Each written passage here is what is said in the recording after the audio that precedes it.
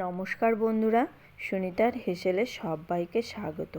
আজ আমি আপনাদের সঙ্গে শেয়ার করব একাদশী স্পেশাল সাবুর পোলাও। চলুন তাহলে রেসিপিটি শুরু করা যাক। এখানে দেখুন আমি সাবুর পোলাও রান্না করার জন্য এখানে আমি সাবু নিয়েছি। 1 বাটি সাবু আমি 10 মিনিট মতো ভিজিয়ে জল ঝরিয়ে নিয়েছি। এখানে নিয়েছি একটা বড় সাইজের আলুকে ছোট টুকরো করে নিয়েছি কিছুটা আদা কুচিয়ে নিয়েছি, আর নিয়েছি 2টো শুকনো লঙ্কা, কিশমিশ, আর নিয়েছি চিনেবাদাম, সামান্য একটু গোটা জিরে আর একটু দারচিনি। এবার আমি কড়াইতে সামান্য একটু সাদা তেল দিয়েছি। সাদা তেল দিয়েই আমি এর মধ্যে আলুগুলোকে খুব ভালো করে একটু ভেজে নেব। একেবারেই লালচে কালার করে আলুটাকে ভেজে নেব। আলুটা ভাজতে ভাজতে যেন সিদ্ধ হয়ে যায় সেই রকমভাবেই আলুটাকে আমি ভেজে নিয়েছি। দেখুন আলুটা খুব ভালো করে ভাজা হয়ে গেছে। এবার আলুটাকে আমি একটা পাত্রে তুলে নেব।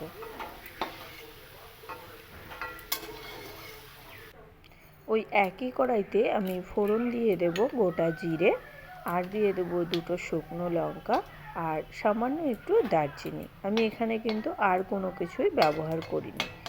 খুব ভালো করে একটু মশলাটাকে ভেজে নেব। মশলা থেকে যখন সুন্দর গন্ধ বেরোতে শুরু করবে তখন আমি এর মধ্যে দিয়ে দেব সামান্য একটু আদা কুচি, আর দিয়ে দেব কিছুটা পরিমাণ কিশমিশ।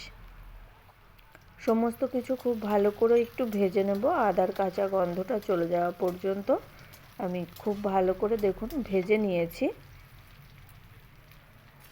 এবার এর মধ্যে আমি দিয়ে দেব 2টো কাঁচা লঙ্কাকে আমি একটু ছোট টুকরো করে কুচিয়ে নিয়েছি, সেই কাঁচা লঙ্কাটা দিয়ে দিয়েছি। এবার এখানে দিয়ে দেব 1 চামচ পরিমাণে ঘি।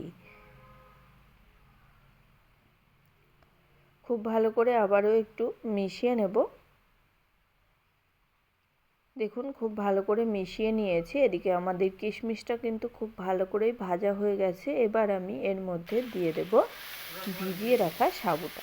আর সাবু কিন্তু অবশ্যই জলটাকে ঝরিয়ে নিতে হবে। সাবুর গায়ে যেন কোনো রকম জল না থাকে সেই রকমভাবেই সাবুটাকে কিন্তু জল ঝরিয়ে নিয়েছি।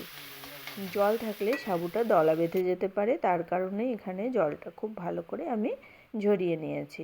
এবার আমি এর মধ্যে দিয়ে দিয়েছি ভেজে রাখা বাদাম আর আলু। বাদামটা কিন্তু আমার আগে থেকেই ভেজে নেওয়া ছিল, তার কারণেই আমি আর এখানে বাদামটা ভাজিনি। দিয়ে দেব সামান্য একটু লবণ, আর দিয়ে দেব একটু চিনি। যেহেতু পোলাও রান্না করছি, পোলাও একটু মিষ্টি মিষ্টিই বেশি ভালো লাগে, তার কারণেই আমি একটু চিনি ব্যবহার করেছি। সমস্ত কিছু খুব ভালো করে আবারও একটু মিশিয়ে নেব। মিশিয়ে নিয়ে সাবুটাকে খুব ভালো করে একটু ভেজে নেব। দেখুন এখানে সাবুর কালারটা কিন্তু খুব সুন্দর চেঞ্জ হয়ে গেছে। এই রকম সাবুর কালারটা যখন চেঞ্জ হয়ে যাবে তখনই বুঝতে হবে সাবুর পোলাওটা একেবারেই রেডি।